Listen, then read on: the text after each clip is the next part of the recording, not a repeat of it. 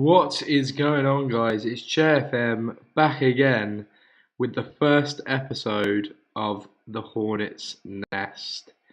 In this save, we'll be taking Watford and trying to make them a force to contend with in the Premier League. Also, just a couple of things to mention.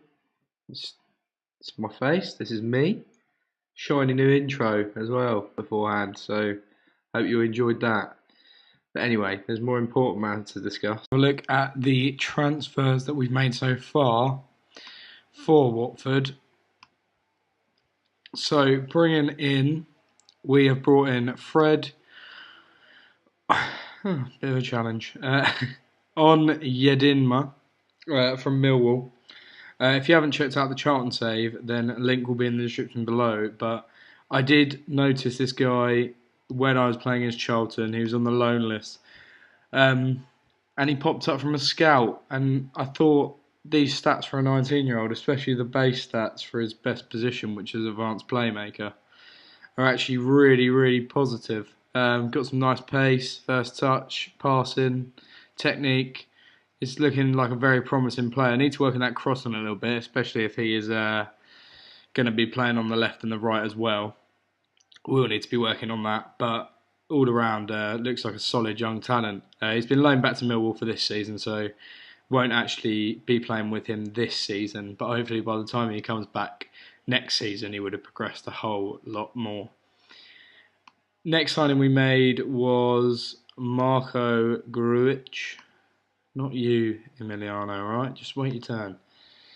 Marco Grujic from Liverpool. He's joined on loan for the season. Again, not necessarily the most expensive player on the wages, but look at those base stats in terms of everything, really. I mean, nothing really stands out apart from his heading at 15, passing at 14, technique at 14. He's got a few 14s and 15s. He's not going to be setting the world alight by any stretch of the imagination, but he's a solid backup option. And for only 8.75k per week, I feel like he's really a good fit for both Watford and for Liverpool. And our final signing is Emiliano Moretti, signed from Torino. Now, I looked at the defence and I thought it did need some shoring up for definite. And I don't know if you probably already looked to see that I've sold Yunus Kabul. It's not my cup of tea, really, Yunus Kabul. I mean, if you get him relegated with Sunderland, you ain't going to be in my team. But Emiliano Moretti, I was looking for good marking, tackling, and these. You don't understand how good concentration is and anticipation are for a centre back. Now, he's got solid stats all round again for these base stats. The only thing that really needs working on is his jumping reach, but he is 35, so he's never really going to hit the heights that he once might have. The strength at 16 is good. He's a good leader, good work rate, which is always good when you're playing as a mid-table team. And all round, hoping that he'll be able to do a solid job for us. Again, quite a cheap signing, only cost us 1.7 million. And his wages aren't too bad either at 28k per week. 2 caps for the Italian side, so maybe he was showing some signs at one point in his career. But I'm hoping that he can come in, bring some positive leadership to the team alongside Troy Deeney and Success, and help nurture those other young players in the squad, as well as helping us achieve a good league finish this season. So that's the signings done. In terms of ins, now I'll just cover the main outs. Yunus Kabul went for 4 million. Again, I've explained already why I sold him. Amrabat was just, he was worth 8 million, and he wasn't. If you look at his stats, he's not worth that. In terms of if you're better off selling him to get the 8 million and reinvest than keeping him. Fair enough, probably would have done a job for us. I did like some of his stats, but I don't like seeing this many grey stats because I like players to be all-rounded. Fair enough, he's an attacking midfield left, but a tackling of 5 is not going to be good enough if we want to really push the heights of the Premier League this season. So that's the story behind that one. And the only real other big fee we received was for a reserve keeper. Never actually heard of him, never seen him play for Watford. So yeah, I sold him to Olympique Lyon for £1.5 million. So one more thing to point out, we are currently in talks with the one, the only, if I can spell his name right, Andrea Bellotti from Torino. It was all looking promising. I know he's a very good striker. I had him on my Manchester United save, but it was promising until this happened. Paris Saint-Germain. They have put in a lesser offer, and we have also offered him a lot of money. I think the final offer was £85,000. But trust me, he's worth it, and if we can get him in, then I'd be more than happy. If not, we will be looking for a new striker to play alongside Dini or Regalo. But anyway, that rounds up the transfer news so far. We will now go into the first game against Manchester United. So, not the easiest of tests for our first game in the league away at Old Trafford. So here are the lineups for today's match against Old Trafford. Starting for us in goal is Costel Pantilimon with a back four of Holebas, Moretti, Cathcart and Janmat, with Ben Watson sitting in that deep line defensive midfielder role to counter at Juan Mata.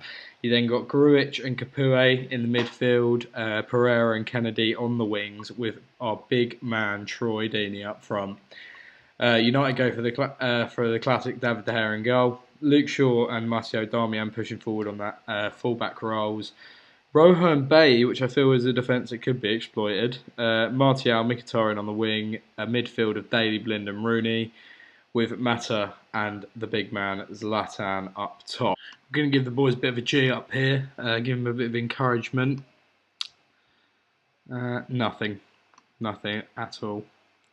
What about the individuals? No? Oh, you looked excellent. See, told you. Craig Cathcart, genuine nice lad. Looks happy with that. So, the first game of the season kicks off. We will be able to stop the might in attack of Manchester United. So 25 minutes in, and we do seem to be holding a lot of possession in the middle of the pitch. I mean, you can see we've got 64% possession, and there's a highlight here with Martial attacking down the wing. He's gone past two, but the shot's gone wide. We seem to be restricting them so far. Good job so far from the boys. Another highlight here, it's Mata up to the big man Ibra, Rooney, Martial to Mata again, Martial Blind, Mata, Ibra, and we are 1-0 down. Held them off for 33 minutes, might need to go a little bit more attacking now. Bit worried for what this could spell for the rest of the game. I feel like it could be a case of one goal and the floodgates open. But maybe in the second half we'll go to standard. It's a really nice finish, to be fair, from Zan. No stopping that from Pantilimon. And we'll see if we can make it till half time. Okay, so we've made it to half time. Still 1-0. I'm not going to go with... no, we're not going to go with that's a good first half. It wasn't a very good first half at all. We've got Dini on a 6.5. And Moretti's on 6.4. Is that a good half? Is it for a Sloopy? I think I should have got an assistant, really. I think we're going to have to do something here. Going to standard maybe is the option.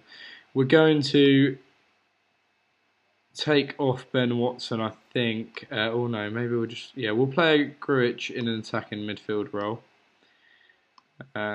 Just on support, we're not going mental. And I do want to make a change, and that change will be Jerome Sinclair. Christ, Kennedy's awful at left mid. We won't actually make a change. I think we'll just go to standard.